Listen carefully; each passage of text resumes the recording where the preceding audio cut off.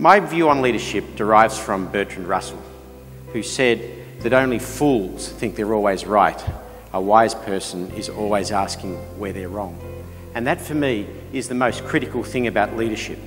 Leadership and leaders need to have enough confidence in themselves to foster the environment where they are always questioned. My name's Andrew MacLeod and I'm an Australian. I spent many years in the 1990s working in some of the world's most dodgy parts. Yugoslavia, Rwanda, and countries ending in Stan that don't have an up-to-date Lonely Planet. And from those experiences I've drawn many lessons on leadership. I moved from the non-for-profit sector in the 2000s into the corporate world and discovered that the only way to sustainably bring people out of poverty is through employment, and employment can only be guaranteed if you have profitability. So what I speak on and what I like to teach people is this interface between corporate and community and improving profitability and improving community outcomes at the same time. My leadership speeches concentrate on 6 or 7 key lessons learned from the Pakistan earthquake response or the Rwandan genocide, and apply these lessons not only to the non-for-profit world but to the for-profit world. Great lessons in life. In the Pakistan earthquake relief, let me tell you what we were faced with. In 90 seconds, a magnitude 7.6 earthquake destroyed 500,000 homes, made 3.5 million people homeless. 8,000 kilometres of roads were destroyed, 800 hospitals and schools. 75,000 people were killed, 140,000 people injured, 6 weeks before a Himalayan winter was about to dump 20 feet of snow on top of all of these people. There is a great challenge happening in the world today as companies move into more and more countries, into cultures that are different from their own. And the great challenge for many of our senior management is how do we adjust the footprint of our corporations in these very different communities and very different cultures. The challenge is to maintain profitability over the long term. And it's in the business interest of many companies to help communities develop so they can become the marketplace, but also the employee marketplace for the future. And the challenge for many of our senior executives is to step out of what they know. So how do we train them? How do we coach them? How do we bring people on board in this journey that a corporation needs to as a corporation expands? Leadership is not about being right or being seen to be right.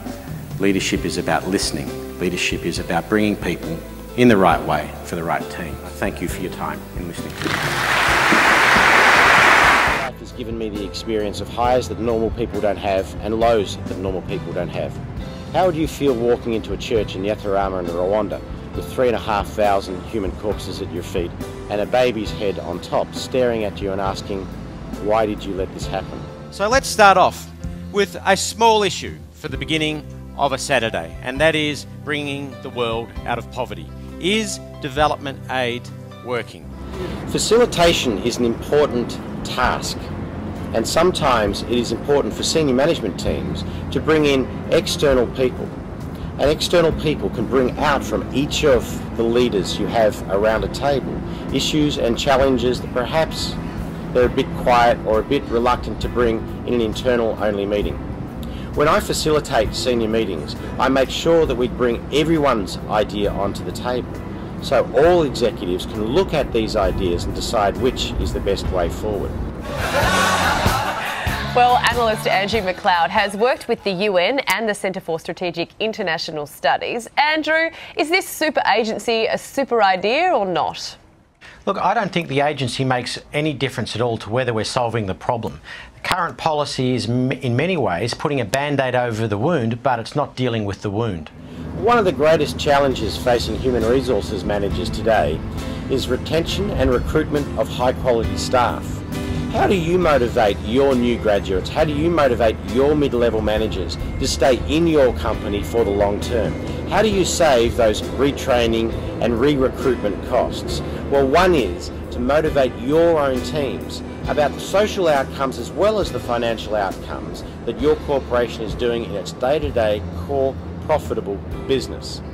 One of the services I can offer your teams is to give them a broader exposure to global events and show them how their day-to-day work is actually doing good and why it is they should stay in the company that they currently are.